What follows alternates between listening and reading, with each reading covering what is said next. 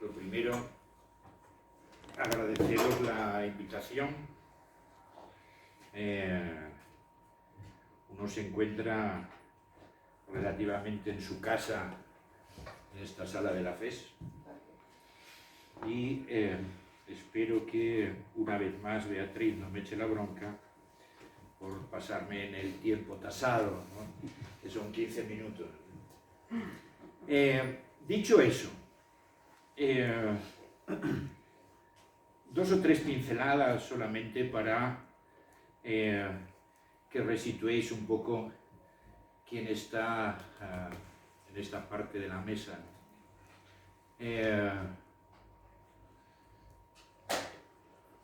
Yo vengo de una zona curiosa, como es el Bierzo, en esa especie de tránsito entre Castilla y Galicia,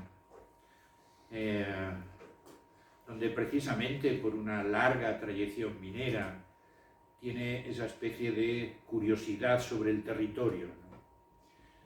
Por lo tanto, ese es mi ascendente desde el punto de vista de la localización, y a partir de ahí algún pequeño salto que yo creo que también merece la pena como rasgo, no por nada, sino por identificar una vez más cuál es la experiencia de cada uno de nosotros, ¿no? Yo me voy del Bierzo con apenas 14 años, me dedico a ganarme la vida hasta los 21 jugando al fútbol. A los 23 me incorporo al servicio exterior de nuestro país, donde trabajo 18 años. Lo dejo para incorporarme a un grupo que en aquel momento estaba en plena expansión, como era el Grupo Prisa, y por esas casualidades de la vida, un buen día alguien me pregunta si les puedo echar una mano con relación a una reunión que iba a acontecer en Madrid con 5 empresarios, todos vinculados, bueno, todos no, menos uno pertenecía a la Comunidad Valenciana, a la familia Serratosa, que seguro que os suena a todos vosotros, y que tenían una fábrica en el polígono de Ontoria que se llamaba Fibra Sanitaria. De aquella reunión, y por esas a veces conexiones que uno genera a través del tiempo, el director financiero de Ontes, curiosamente había sido alumno mío en un máster que había organizado la Universidad Politécnica de Eindhoven, que por cierto, no era casualidad que la Universidad Politécnica de Eindhoven estuviera en Eindhoven. Entre otras cosas estaba en Eindhoven porque la sede de la primera multinacional holandesa, que era la Philips, también estaba allí. Por lo tanto, territorio compartido con conocimiento. Y digo esto porque, de alguna manera, si es que no me escapo de los 15 minutos, es uno de los elementos que a mí me gustaría destacar en esta primera aproximación al territorio. A partir de ahí, una vez más, por esas circunstancias a veces que tiene la vida, yo llego el 1 de mayo del año 96, el Día del Trabajo, por cierto, a visitar la fábrica que existía en Ontoria, porque el encargo que me hacen es que hiciera una valoración desde el punto de vista de la viabilidad de aquel proyecto que había. En el mes de septiembre de ese mismo año, yo remito el primer informe a la Dirección General de Ontes, y ahora os lo explicaré por qué lo remarco, donde les digo, este proyecto os puede interesar, es imposible hacerlo peor. Por lo tanto, había margen de mejora. Margen de mejora que si uno lo traslada al territorio donde uno, al día de hoy, porque habría que decir, entre paréntesis, que mi compromiso con aquel proyecto era permanecer aquí no más de un año. Desde el 1 de mayo del año 96 al día de hoy no me he movido. Por lo tanto, esa especie a veces de objetivos que uno se plantea se ven rebasados precisamente por las circunstancias, ¿no? Y de hecho, ese proyecto fue un proyecto que creció a partir del año 97, cuando Ontes se hace cargo de la compañía, de una manera absolutamente exponencial, ¿no? Pero no por nada, porque los milagros, y menos en economía, y menos en economía real, no existen, ¿no?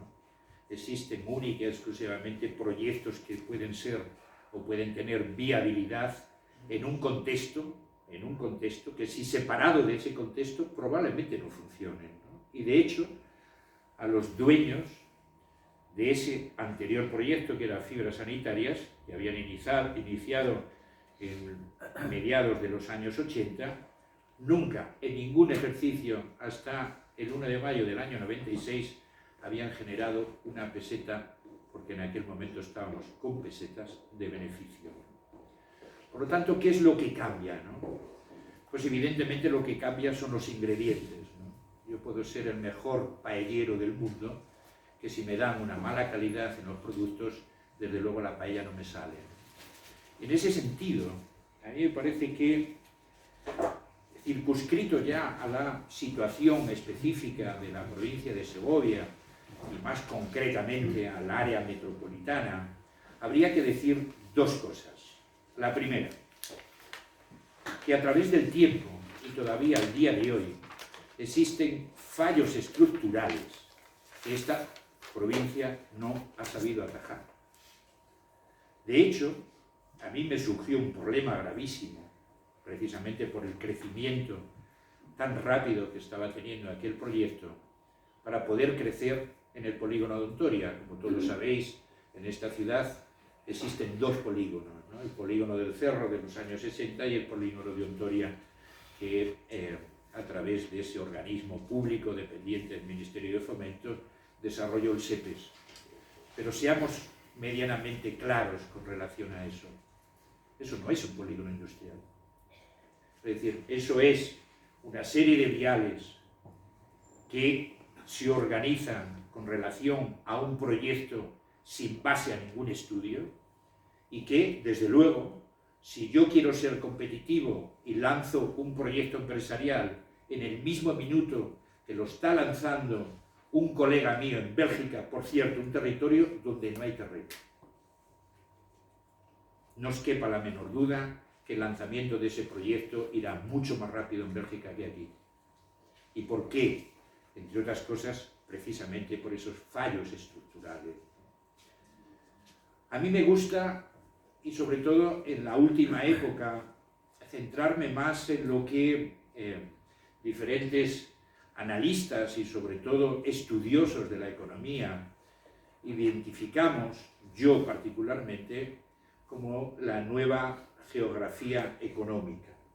Es decir, ¿qué efecto tiene el territorio para que nos encontremos ante situaciones de progreso o ante situaciones donde el progreso no existe? ¿Por qué es eso?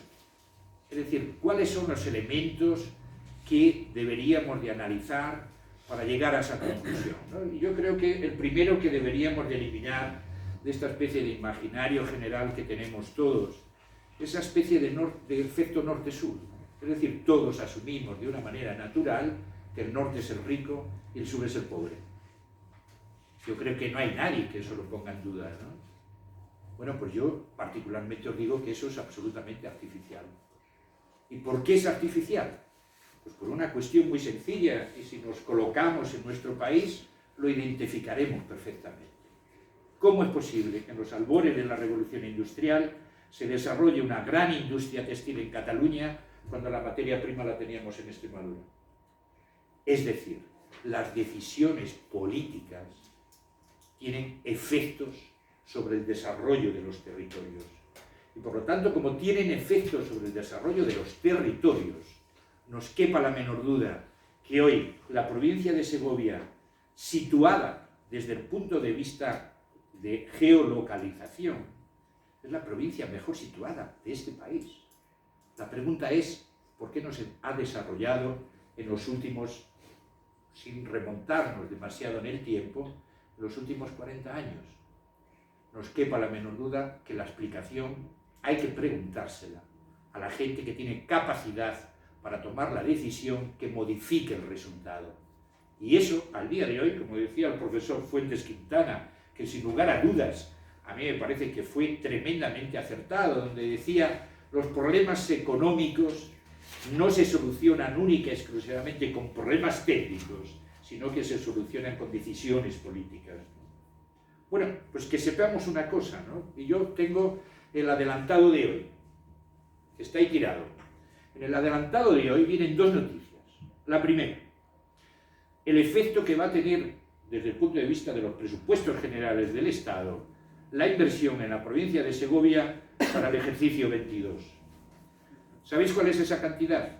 42 millones de euros. En paralelo, hay un proyecto de inversión real, en economía real, que al día de hoy, en cifras reales, hablamos de 153 millones de euros. Es decir, 4 veces más de lo que nos están diciendo que a través de los presupuestos generales del Estado se va a invertir en la provincia de Segovia. Pero es que si desagregamos esos 42 millones de euros, llegamos todavía a otra conclusión más extraña. Más extraña porque casi nunca le damos importancia a cómo se utiliza el dinero público. De esos 42 millones no hay ni un céntimo en economía real, ni uno. Pero es que en ese mismo periódico, hoy vienen las declaraciones del presidente de la Junta de Castilla y León, donde habla de los 3 pilares básicos con relación a los dineros que van a venir de Europa, ¿no? ¿Lo habéis leído? Sí, ¿verdad? ¿Alguno de vosotros me puede decir a qué conclusión ha llegado después de haberlo leído? Venga, va, que si no, son las 5 de la tarde, chicos. Va, ¿alguna? Desarrollo nada. ¿Eh? Desarrollo poco. ¿Y de cuánto dinero hablamos? Lo de la Junta de Castilla y León. Ajá. Hoy hablaban de 15 millones para residencia de ancianos. Está muy bien, que me parece muy bien. Pero yo lo que digo es que si nos encontramos al día de hoy ante una situación extraordinaria, porque no os quepa la menor duda que la evolución después de la pandemia poco o nada tendrá que ver con lo que hasta antes de ayer todo el mundo identificaba como la nueva normalidad. ¿Cuál es la nueva normalidad? La nueva normalidad es volver a la prepandemia, o la nueva normalidad es entrar en un bucle donde al día de hoy lo único que desde mi punto de vista tenemos en el horizonte son interrogantes, pocas respuestas. Y por lo tanto, si en un periodo tan sumamente convulso que azotó absolutamente a todos los ciudadanos a nivel planetario, desde el punto de vista local, regional y nacional, no hemos sido capaces de ponernos de acuerdo.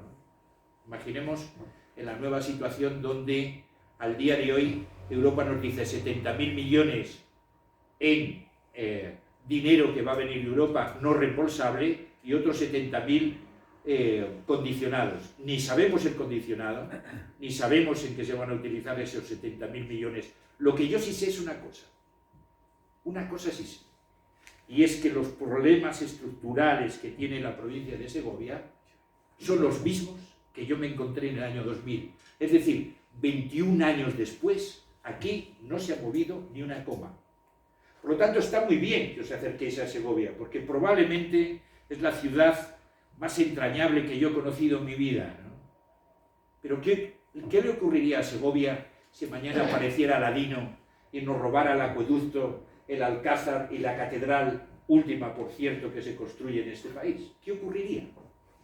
Pues ocurriría un poco lo mismo que ocurrió con la pandemia, que cuando tú tienes dentro de ese sector socioeconómico de la provincia una parte importante vinculada a los servicios, pues sencillamente es que una vez que la gente no se puede ir a tomar una caña, pues es obvio que la repercusión económica que tiene en toda la cadena de valor es sencillamente espectacular. Por lo tanto, ¿qué hace alguien apostando una vez más por este territorio? Pues lo voy a decir. ¿Sabes por qué? Porque es el mejor que yo he conocido. Pero también os digo una cosa, porque yo soy francotirador. Y los francotiradores otean Y otear significa ver posibilidades. Y al día de hoy existen posibilidades reales para poder hacer eso. Sí, siempre y cuando una premisa que es absolutamente fundamental. Y es que tanto las fuerzas que atraen como las que expulsan se pongan de acuerdo. Es decir, este proyecto que significa la posibilidad de la ampliación del polígono de Ontoria no será una realidad si todos los agentes que intervienen en eso, y me estoy refiriendo a la cuestión pública, se ponen de acuerdo. Porque no os quepa la menor duda una cosa: si mañana hubiera elecciones generales, no hay ni un partido que no diga en el frontispicio de su programa: para nosotros lo más importante es el empleo. Habría que preguntarles cómo se genera el empleo. Se genera, evidentemente, generando oportunidades. Y yo digo, el área metropolitana de Madrid, al día de hoy, no se ha aprovechado ni un milímetro de ese elemento absolutamente fundamental desde el punto de vista logístico, pero desde el punto de vista de la inversión, que es la provincia de Segovia. Y yo, desgraciadamente, fui testigo con Beatriz, no hace mucho, cuando nos explicaron desde la Consejería de Empleo e Industria, donde les dicen que la Junta tiene un plan de desarrollo para el noroeste de esta provincia. Y yo digo, porque lo pregunté, ¿cuáles son los proyectos que hay en el noroeste de la provincia? Contestación: no sabemos. Es decir, yo creo que es el momento de demandar lo que realmente al día de hoy ha sido siempre esa especie de situación ya veremos, ¿no? Porque en el ya veremos se pasa el tiempo. Y yo creo que hoy nos encontramos ante una oportunidad exactamente igual que la que me contaban a mí cuando yo llegué a Segovia, que me decían: Miguel, tú sabes que aquí estuvo a punto de instalarse la Fasa Renault. Y yo decía: ¿dónde está? Me decían: no, está en Valladolid. Ya, pues esa es la historia. Quiero decir, desde el punto de vista de las posibilidades, están intactas. ¿Y sabéis por qué? Porque nunca se han utilizado. Y por lo tanto, yo creo que la sociedad civil tiene la obligación de demandar lo que hoy es una oportunidad. Y si esa oportunidad pasa de largo, no os quepa la menor duda que no vuelve. Y en ese sentido, yo creo que todos los que estamos aquí sentados en esta sala, más o menos, somos conscientes de esta historia. Porque esta provincia también tuvo elementos, entre comillas, de épocas gloriosas. Y en ese sentido, yo, egoísta, enlazo el siglo XV y el siglo XVI, que éramos un poco la City de Europa, ¿no? Donde desde aquí se marcaba con un sello, y además nadie ponía en duda el valor que tenían los paños. Bueno, pues yo soy pañero también, porque hago pañales de niños, ¿no? Por lo tanto, volvamos a recuperarlo, ¿no? Y en ese sentido, tres cosas más para terminar. La primera: en menos de 3 años, un proyecto industrial ha invertido en valor real lo máximo que al día de hoy se conoce en esta provincia. Drylock ha invertido al día de hoy más de 72 millones de euros. Drylock ha generado 250 puestos de trabajo directo, de los cuales el 98% es contratación indefinida. Y por lo tanto tiene vocación de seguir creciendo. Y lo que yo digo, ¿por qué tengo que comprar yo cajas a 2.000 kilómetros cuando lo puedo fabricar aquí? Tan sencillo como eso. Es volver a darle la vuelta a ese elemento que yo creo que tendríamos que aflorar, que es un elemento de generosidad, por cierto, que adolece la mayor parte de la gente que tiene que tomar las decisiones. Porque cada uno ve la parte de atrás de su patio como si fuera propio. Y eso no se puede permitir. Dicho local, no sé cuántos minutos llevo. Veamos. Gracias, sí. Has cumplido. Vale. Chicos, muchas gracias.